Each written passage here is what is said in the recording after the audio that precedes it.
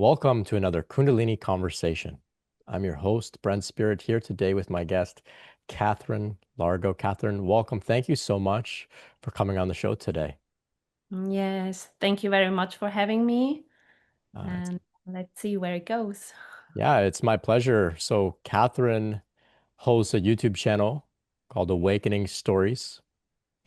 The tagline there I noticed that you have on your YouTube channel is to tell your truth even if your voice shakes. So just prior to beginning our formal interview here, we were talking about how this will be the first time you've shared about your Kundalini awakening journey in full publicly and how that's a little daunting. And of course, understandably so, right? This is an intense topic. It's very personal. We've got to be vulnerable. But as you know, hosting other people telling their stories on your YouTube channel, I mean, it's so valuable that we tell our stories, that we give clues and hints for other people out there that are going through this, that are looking for language, models, maps, other people that are going through this as well. It's so valuable. So thank you so much for being here and for the work you're doing. Yeah, thank you. So Kathrin runs a website called kundalinimovement.net as well, where she offers support, some insights about the Kundalini process. Kathrin here, of course, we were having an interview in English, but she's based in Switzerland, speaks German as well. So people that are out there in Europe looking for some resources, some community, some connection, Kathrin's available to get connected with. Kathrin also works as a yoga therapist. You can find her work at sanasattva.com. The links to all of Kathrin's work, including her YouTube channel, will be in the description, so you can check all that out later. But for now, let's dive into Kathrin's journey here. So, Kathrin, tell us a little bit about your Kundalini awakening, your spiritual awakening journey. You can take us back as early as you like. We'll Mm. enjoy your story. We'll find out about some of the challenges you faced, the solutions you found, and then we'll unpack some themes as we go. Where would you like to begin? Well, actually, I normally begin in 2012 because that was the time I lived in Costa Rica with my ex-husband, my then still husband, and we had two little boys, and but then we separated and I went back to Switzerland. And actually, there the whole journey started when I was like alone with these two boys and I had to settle into a new life. And I was quite strained from a long time of a lot of stress, emotional stress. So that's where I start. And I always have to separate two lines. It's like I had a spiritual awakening and then the Kundalini awakening, which are two different things for me. And spiritual awakening actually started when I was back in Switzerland. I had to find a new way to stable myself, fulfill myself. So I started yoga. And then also I started an education in script writing for movies. And that's actually was the point where I had to think about a topic to write a script. And I wanted to do something about a person who has multiple personality disorder. And with that topic, I went down a rabbit hole. So I was just researching all that stuff, and then you quite fast you come into topics like ritual abuse and occult themes. And I was hooked. I was like, felt like there's a truth underneath all of that that I felt it. And but I was too much involved in this topic, so I really I lost a bit my ground. But the moment where I researched all these horrible, quite dark themes, I suddenly understood when there's so much darkness, there has to be the same amount of light. And then I changed and was researching all the ancient texts and hermetics, alchemy, everything. I didn't do anything else in my free time. So, and I think that was the moment where I asked for what was coming. So I was just sitting there and I was actually, by doing what I was doing, I was praying for, I want to know the truth, nothing but the truth. Even if it's absolutely horrible, I just want to know the truth. And I want to know what is love, unconditional love. What is it really? So these two things I was asking. And and then it came. But it started with a phase where I was emotionally very unstable because of all these topics and the confusion. And that was also the point where a lot of people would say that it looks like a psychosis, but it's not. It was really a spiritual awakening. But my mind was just because of the fear that suddenly went, um, my mind was open to, I don't have a clue how the world works. So I was open suddenly. So I started to see a lot of things other people don't see. And that kind of scared me. But that was a good sign. So I wasn't in psychosis. It was just that I started to open up Hmm. to other experiences. And then I started to do a yoga teacher training. And in this phase, I started to feel like a vibration in my lower spine. It was like a motor. It was like, and then it stopped and it came again. And it was an eerie feeling, but I was never scared. I just knew that's something good. But I didn't give it a lot of attention because that's also very interesting for me. Even though I was researching so much stuff also about ancient texts, I never came across Kundalini. That's crazy because that's the number one topic now that I know. But I think when you know too much about the topic, it shuts you from the experience. So I didn't know what was happening. And then in the middle of a class, uh, we were sitting there at the beginning of the yoga class, and the teacher was reading a Buddhist text. And I suddenly felt very, very tired and sleepy. So I was like, okay, I just close my eyes and just listen to the text. And then it was a feeling like a layer of my an inner layer of my body suddenly moved very quickly, like a fish in a in a tank, and then this energy just went up and out of my body, and it took me with it. So I was sitting there and I had no clue what was happening. I got scared. So I was I was like embarrassed. I was like, oh my God, if I fall unconscious and I'm like twitching, and what will the people think? So I just opened my eyes and really had to pull back that energy back into my body. And then I was just sitting there like, what the fuck? I was just looking around and I thought, nobody knows what was just happening. Even I don't know. And fascinated and scared at the same time. And then right after that, the we chanted an Om together.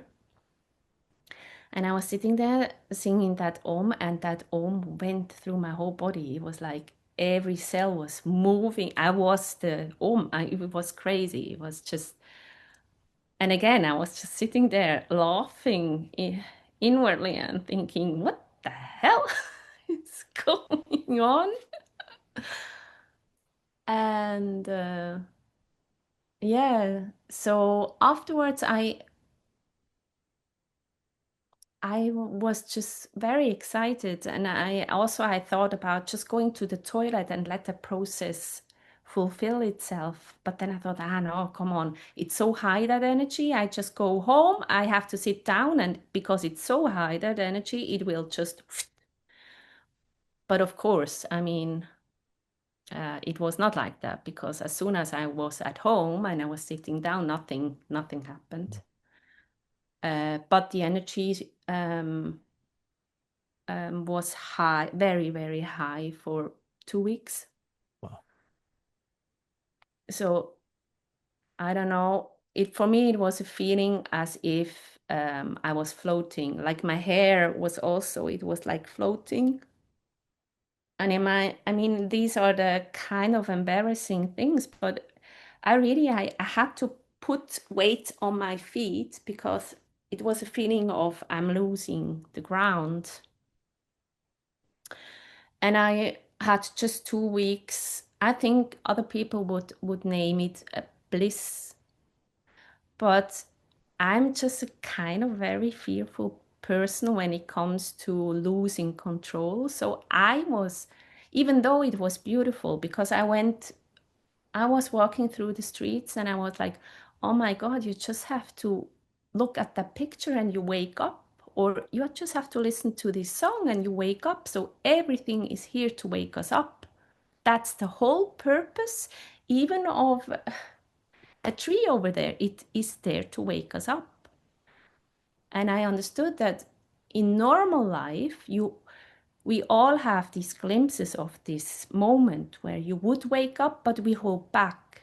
For me, it's like when I go to a wonderful, like Cirque du Soleil, I don't know. It's an experience for me. You are there and they really want to take you into another world. But as soon as you feel this incredible, overwhelming feeling of, I want to cry because it's so beautiful, we stop. And that's the feeling. I was over that step. I couldn't hold back anymore. I was in that feeling of it took me to that place where you are there. And it was beautiful and scary at the same time. And a lot of stuff happened that, of course, also like I was feeling this energy and I had the feeling of I cannot control it. I was scared that the moment somebody tells me something very beautiful, a beautiful story, this energy will burst out with love and the other person will just fly. Just a feeling of I cannot control it. It was scary for me. And also it really happened that I like electricity when I sudden stuff was reacting to the energy in my body. And when I was laying in bed, every night my body, the feet were pulled towards the window. So it was scary. Wow. But I didn't tell anybody because I felt ashamed. I was like, they will tell me you're crazy, or so it took me a lot of courage to go to my yoga teacher and tell him, listen, that happened. But I had to because I didn't know how to get grounded again. I didn't know that I have to ground. He was just telling me afterwards. So I told him, and I was very lucky because his reaction was very good. I know you had other experiences. I heard about that, so I'm really sorry because that's a crucial moment, and you need somebody who takes you seriously. But he did. He just gave me a hug and he told me, wow, that's something beautiful, but we have to act pronto right now that this energy is grounded again. And then he sat with me and showed me some mantras, mudras, and told me I have to eat like pizza and just heavy stuff and go out in the woods and hug trees. That was the moment where I was like, yeah, sure. Yeah. But I took these advices and it helped. But I think that the most help was that he took me seriously. That was Mhm. the moment where I could um yeah, give over a lot of that fear of not being taken serious or that I'm crazy. And yeah, so that was 8 years ago when that happened. And since then, the energy is just working in my body, and I have these ups and downs of, especially in the first 2 years, I had like that first episode where I was waking up and 2 weeks of intense feeling how that is in a world where you woke. But it was intense, and I also understood that after 2 weeks I was really like begging, this has to stop because it's too much for my system. And I had a like maybe 1.5 years after that initial activation, I had another experience where everything went into synchronicity. That was the moment where, at the first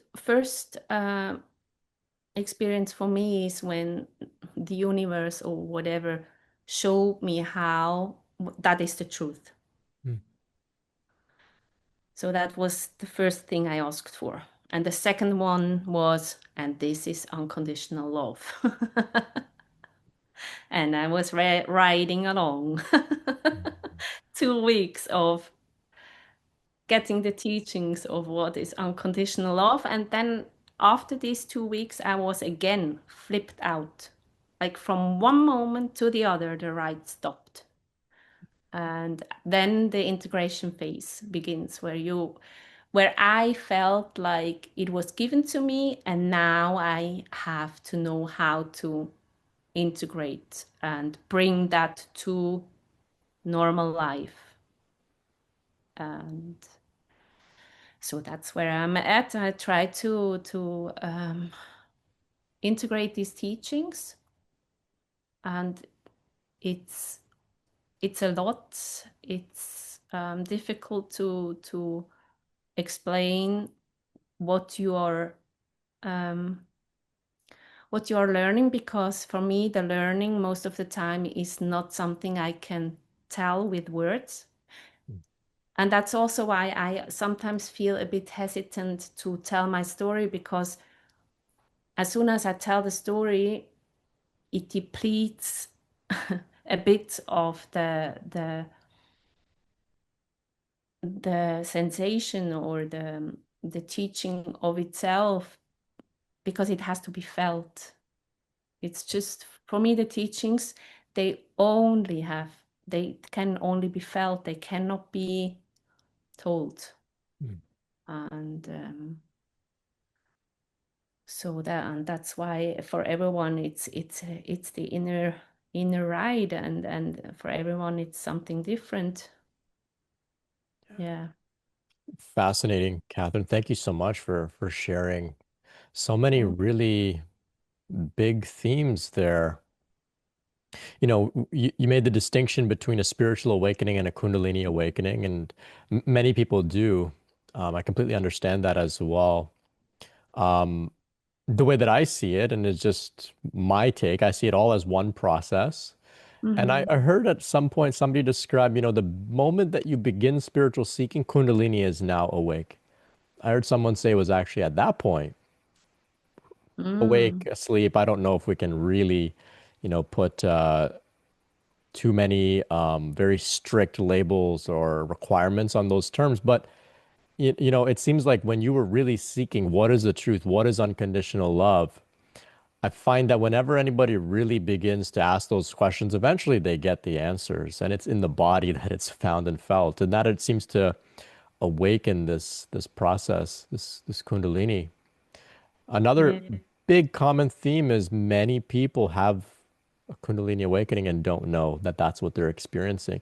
It's almost like the flow, synchronicity, God hides this information from us until it's really the right time. So you can explore a bunch of different spiritual material and texts and yet never come across this word. It's so interesting. I've heard very similar stories from many people.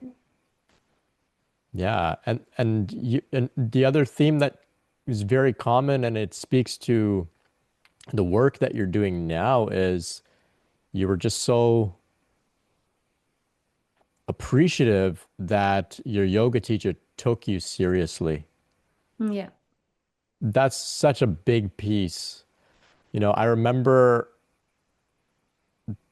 I had a mentor who it was a shot in the dark. I just described this experience. It was 2 weeks after I had this similar energetic rising. I didn't know that this was Kundalini until one day, after about 2 weeks, somebody had mentioned that term, and then I started saying, I think that's what it is. And then I spoke to this mentor. She was an energy healer. I said, have you experienced anything like this? And she said, oh yeah, this happened to me about 15 years ago. And I just remember feeling so relieved. Here was somebody who was taking me seriously because I thought I wasn't taking myself seriously. I thought I had completely gone off the rails. So that was a big moment for me as well. So I'm happy that, you experienced something similar and now this is what you're doing for others as well, right? Sharing, Yeah. supporting. That's actually the main. It's funny, because it was also in the background that that is the thing that would fulfill me the most, to help other people and to yeah to bring a lot of stories together so that people can be heard, because it was the only thing that helped me. I was looking for people who tell their story so that resonate, and it's not easy to distinguish. Well, of course you feel when somebody's really you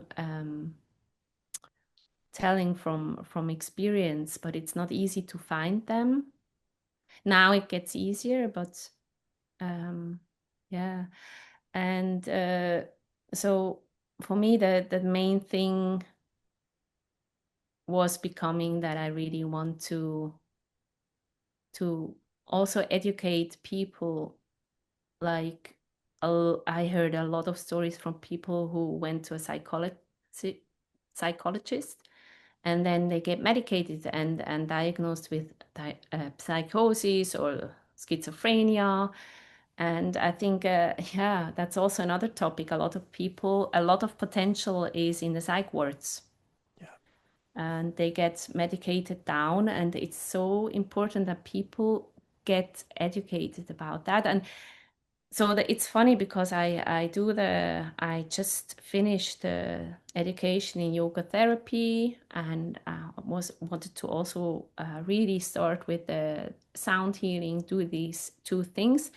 And then and then my knee got hurt, so I need an operation in 2 weeks, which will bring me flat for 6 months. Wow. Really, for me, it was the universe who was like, because I really tried to have Kundalini by sides and have a normal life. And help a bit with yoga therapy and sound healing, and that's it. But I want to have a normal life, please. And she was like, nope, Yeah. sit down and go back to writing. Wow. So that's actually the thing I want to do now, and I'm researching a lot of stuff. And now it feels like it would be great to have a good, also in the German speaking region again, because a lot of people, they are really really at lost here because they don't speak English, and then they don't find the help they need. So a good book would also help, where I talk more down to earth about it. So it's not that spiritual. It's, of course, it's spiritual at the end, but it's a process. For me, it's like puberty, where when the body is ready, it will go into that process. And it's not that we, it's really, it just opens up your nervous system and a lot of the unconscious stuff is coming up. So also, where are we coming from? Like it goes really back to that your atoms are going to start to talk to you, and they you can only understand them in archetypes maybe, or so that's why all this stuff is coming up, and we make maybe too much out of it, and it might be simpler as we think, and also approachable for people like a psychiatrist or uh, yeah, a medical doctor, so that they understand more. Ah, that's why she's twitching. Uh, Let's not talk about krios. Let's talk about a hyperactive nervous system. And of course, the muscles are going to twitch because, no. So, finding a modern language for a very, very old experience so yeah. that people can relate again to it without being shunned, or yeah, that people have fear that they are losing their mind. It's something very natural. Yeah, beautiful. Yeah, we have very similar, if not the same, missions here. And that's why I like to have guests on like yourself that are grounded, articulate, that are able to speak in a reflective way about their experience. It's very encouraging and inspiring for people that may listen and say, "Oh, look at Kathrin. She's doing great work. She's stable, and I'll get there too one day. I'll just have to allow this process to unfold." And you use that word integration. I've got to integrate this awakening into my life. Um, you mentioned having a period, I think you said it was 2 weeks of Yeah. great synchronicity. It seemed like you were really in alignment with, I'll use the word God. You were really in the flow. And Hmm. then I think you expressed something along the lines of, you were thrown out of that state. Yeah. You then said, then my work was to integrate. Hmm. I've heard other people describe a very similar experience to you, except they say, that began my dark night of the soul. Mm. I was in touch, I was in alignment, and then I lost it. Did you have a period in your journey where you would say was akin to a dark night of the soul? Crazy dark night of souls. Mm. Yeah, but not necessarily right after.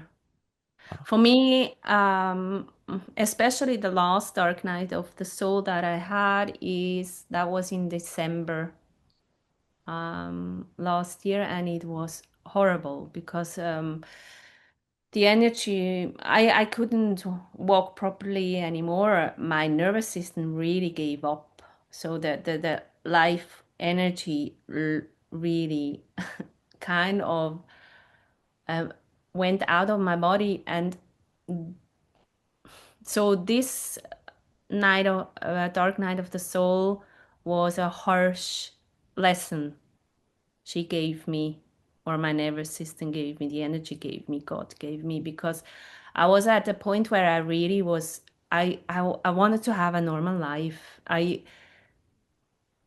rejected the call, like in the hero's journey. I was at that point where I was like, nope, I just want to give a bit yoga and just have a normal life. I mean, I have like four teenagers. I'm a single mom.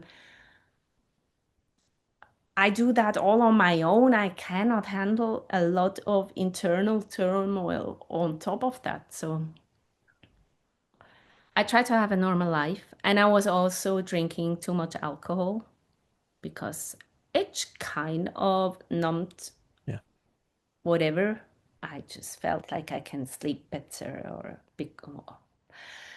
whatever. But I was struggling with addictive tendencies, and that was the moment where she brought me in a very crazy dark night of the soul. And but that is also like the other synchronicity experiences where everything is very light and beautiful. was a dark night of the soul experience where she showed me again it's really it is possible to wherever you are with your inner state, this is what you're going to experience. So that was a ride of again 2 weeks, which was incredibly dark and everything went wrong. I was like, I was really crawling to the airport to go to Costa Rica because I knew it's going to help my health, my mental health. I was nearly dying on this plane. I was just crying, and the nervous system gave up on me. And then I arrived in Costa Rica, and then they told me that my connection flight is canceled. And I was like, oh my God, I thought in a half an hour I'm going to be there where I should be. Now it takes another 6 hours with a taxi, with the ferry, with another taxi. But I have to do that because I need to go there. And as soon as I was there, it was just raining, and that in December, where normally it's just beautiful weather. I got my quad. I wanted to ride around, go to yoga class, and just relax. But the quad broke down the first day, flat tire, everything. So you see where I'm going with that. It was again, it was a lesson of you want to go there, we go there. I bring you there. You choose to be in that miserable state. There we go.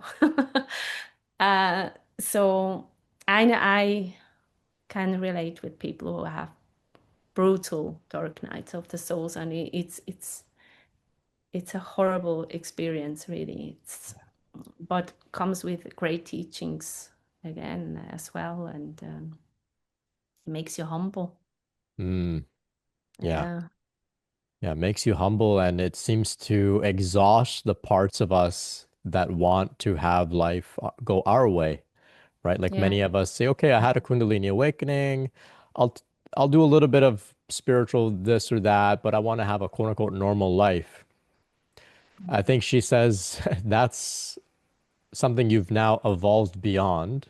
And at least in my approach, I tell people like this is your life now. Dedicate yeah, everything to it, and everything will be taken care of. Everything can fall under the umbrella of your spiritual path, your family, your career, your work, your health, whatever it is. But it's not something we do like on the weekends sometimes. This is your life.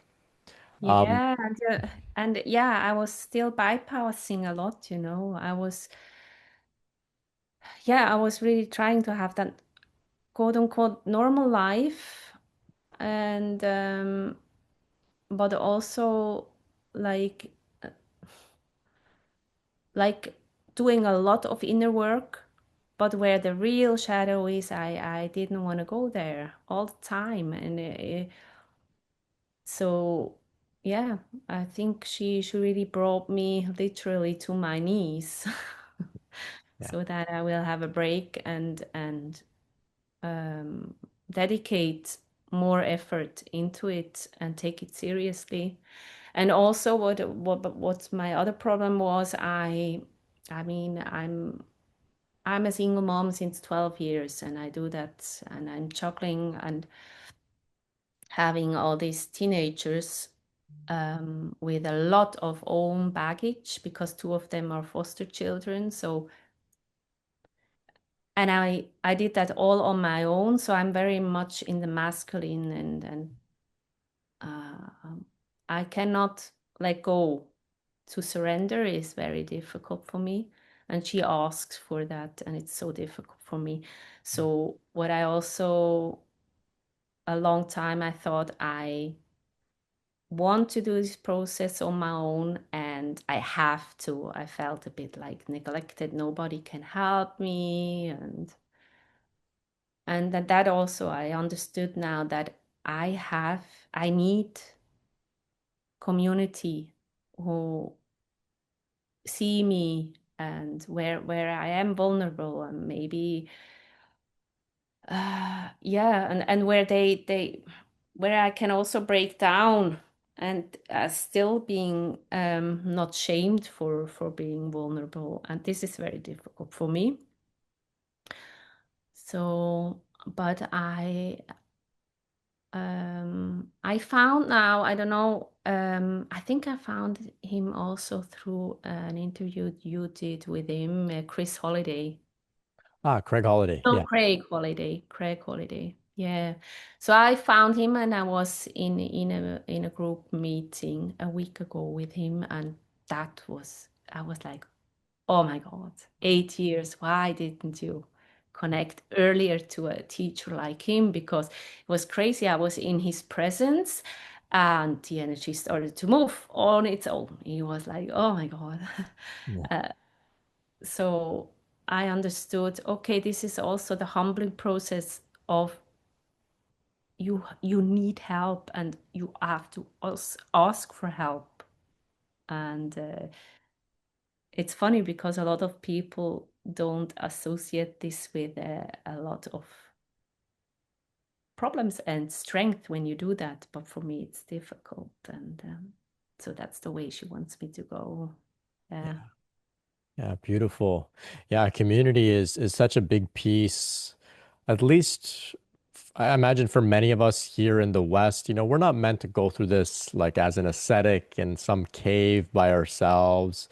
We're meant to be in community and to compare notes and to share stories and also the energetic component as well, which we Hmm. experience on a Zoom call as well. There's like, your energy system, the Kundalini is responding to being on a Zoom call. How fascinating, right? Yeah, Craig is Yeah. incredible. He Yeah. shared many great things, but one of the things that I really liked that he shared was, after this process or during this process, he says you become a slave to God, right? And you don't Yeah. get to have your normal life. You're a slave to God. Yeah.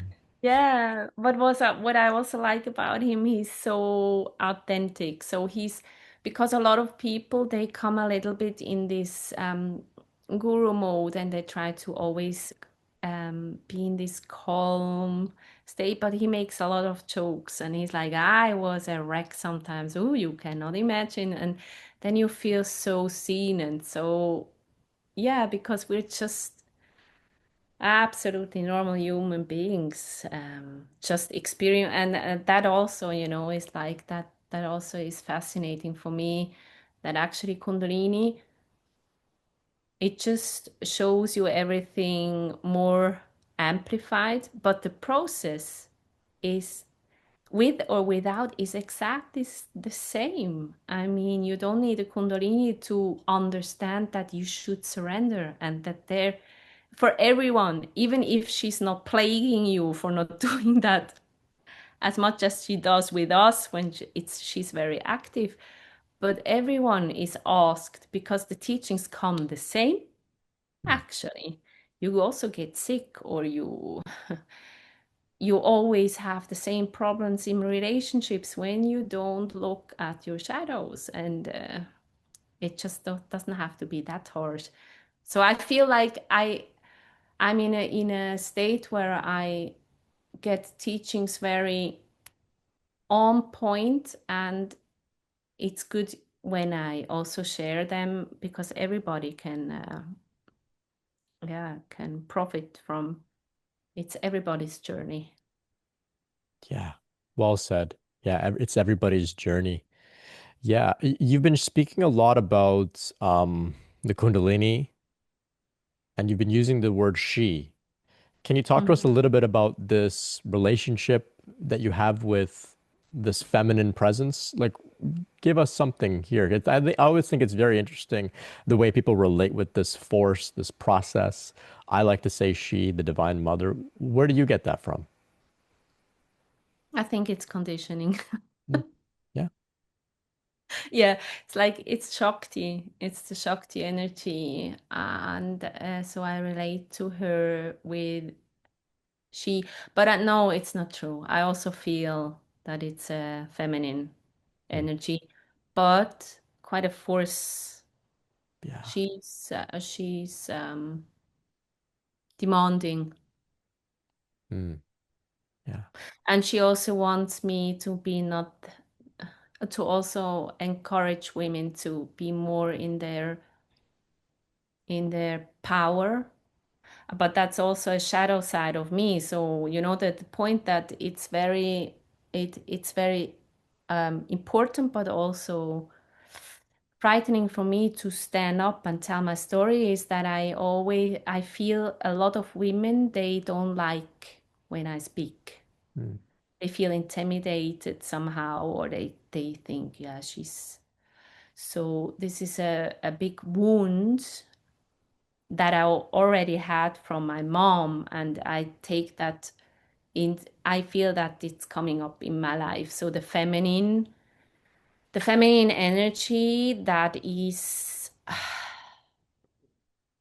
scared to come in her power, Ah, yeah. but she has to now because it's important for all humanity. We need her to be strong, and it's nothing egoic. It's but it can feel that way. So a lot of times I come into I shouldn't talk, I should just keep quiet. And I had to find out, is it because I feel like it's my ego that wants to speak, or is it my soul? Mm. And it is my soul, but it's also something else. It's a power that wants to break through, and she's feminine, Yeah. and she wants to be heard, and she's fierce. Yeah. Yeah. Fierce. Yeah. So so much variety in the way that this feminine manifestation of consciousness shows up. Fierce, demanding, nurturing, encouraging, loving. So all of the different flavors is there. That's been my experience, at least. Yeah, and this is a time on the planet where there is the reemergence of the divine feminine in a very, very big way. And that's what I think we're seeing here. I mean, that's what Mm. I've experienced in my own system, my own life. It's necessary at this time. Absolutely, absolutely necessary. You describe having a little bit of fear, reluctance to express. Have you heard of this idea of the witch wound? Yeah. Yeah. Do Yeah. you identify? Yeah, you introduced me to it. Thank you. Mm, So it was also healing for me to read that. And I can relate. Yeah, it's really it's about life and death, to just speak your truth. yeah, And that has to do with a very, very old wound, um, that is playing there. And yeah, it's also again, I think it's a very feminine energy and wound there. yeah. So yeah. Yeah, and doing this type of work, coming on a podcast to share and express are all different ways that we soothe this wound and reassure ourselves that we're safe. We're safe. Mm. Um, it seems every now and then you may get some extremely critical person online or it's judgmental or dismissive or whatever. But for the most part, the people Yeah. that find these conversations are people like us and they appreciate it. It's Yeah. inspiring, right? It's very beautiful. I think so as well. They are really, yeah, they are appreciative. So it's nice. Yeah. Can you talk to us a little bit about your work now as a yoga therapist with Kundalini experience? How has that influenced the way that you work? Mm, actually, a lot, because when I go in such an education, like a training, I I know I need to hear the basics, but I also know that my brain, and that comes just from experience now, my brain cannot hold on to teachings from the outside. I will forget it. And a long time I was like, I should study more, I should study more. But every time I study a lot, the fire of uh, yeah, like I want to do this is going to be extinct. So I think it's very important to have basic knowledge, but then I need to to trust my intuition, and then I work best. So yeah, in yoga therapy, it's for me. I mean, you can also go into physiotherapy or something. What the difference for me in yoga therapy is that you feel that you understand that when somebody's coming and has back pain, that you listen and that you see the red threads. So how is her life and what does she has to handle all the time? What's the burden on the shoulders that they are always Mm. tight, and that you actually I try to focus more on emotional release that the person can experience. So giving her um, asanas that will make her cry, maybe. Mhm. Yeah. And it happens, it happens. And also, again, it's actually just a moment where a person, every person has that wound of not being seen and heard. Mm. And so people, when they come to me, that's my only goal, to give them the feeling that I see you, whatever the topic is, and then work from there. Wow, that's brilliant. Yeah. Yeah. So of course you're sharing it. You operate from a, you have a foundation and you're trained and there's a structured way, but within that, it seems like there's lots of room for an intuitive, spontaneous expression of the feminine healer to come Mhm. through. Yeah. Yeah. That's beautiful. Yeah. It seems like this is a very common thing where people go through this process or begin to come out of their own dark nights of the soul or reach a certain point of integration where they feel called to serve in a big way. Mm. And that's when we talk about this idea of having a normal life.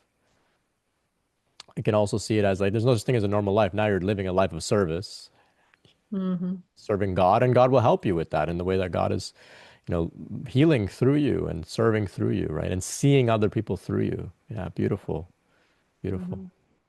Yeah. Yeah, and I think that's the big integration step, to even more just stepping even more aside and let just an intelligence work through you, so that you are not doing it anymore. Because that's really, it's funny because uh, that's also when somebody has such an awakening, most of the people, they fall into everything that was fun before or made them feel excited falls away, like to have a career or to achieve this or that. It suddenly falls away, and then people are like, so what now? And it was also difficult for me, and to find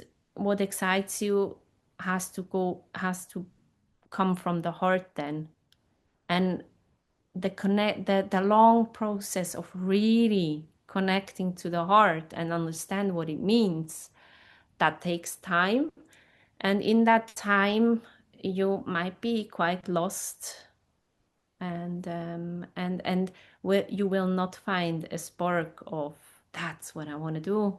So that's why I was talking about, I try to have a normal life, but I understood I'm still doer.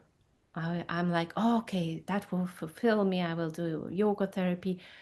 And that's why she brought me to my knees. She was like, that's nice, but this is not the way you should actually help. It's really, and I think my way of where I feel the spark, and but where I also feel incredibly scared, but that's also an indicator of that's exactly where you should go, because there's growth. Yeah.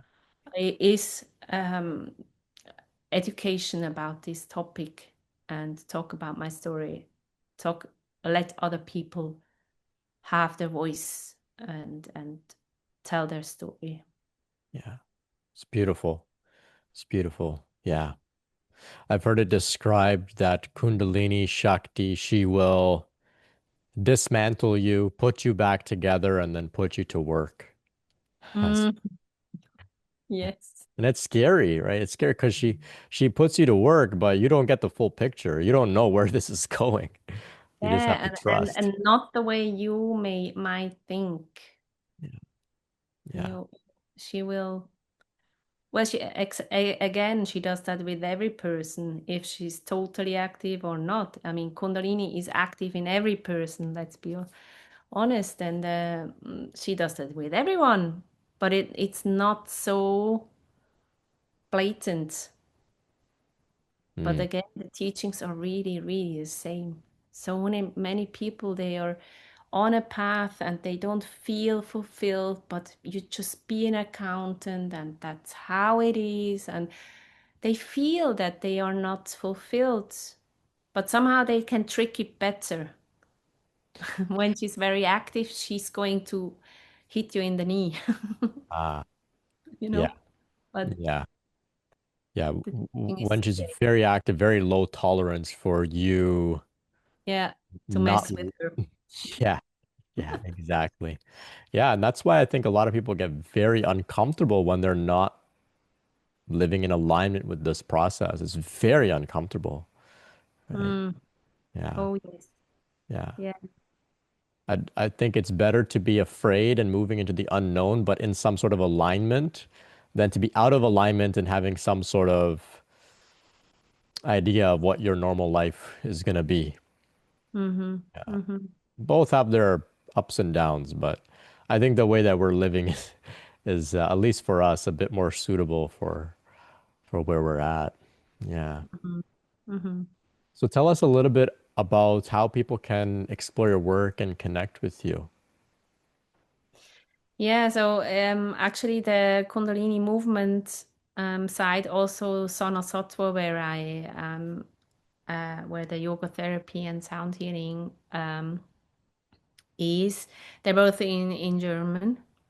So, but of course, people also can go there and come into contact with me, especially when it comes to um, having support in the Kundalini process. I'm totally open to people, German region, English speaking region, wherever. Great. So yeah, best to connect through these websites. And Okay. yeah. And you're And also I'm very interested when somebody wants to share their story on the YouTube channel. So awakening stories. Yeah. great. So the links to all your work will be in the description there. Your yoga therapy and the sound healing, that's some stuff that you do in person as well in Yeah. Switzerland. Yeah. Exactly. Yeah. Mm-hmm. Okay. Great. Great. Thank you so much, Kathrin, for coming on and sharing your story. Um, I know, there must be so many interesting anecdotes and themes that we overlooked today, but I'm sure you've given us so much value and people out there will feel heard in your story. So thank you so much and for the work you're doing as well. Thank you so, so much. Thank you very much for having me. Yeah. And to our listeners, thank you for being here with us. Until next time, much love and peace.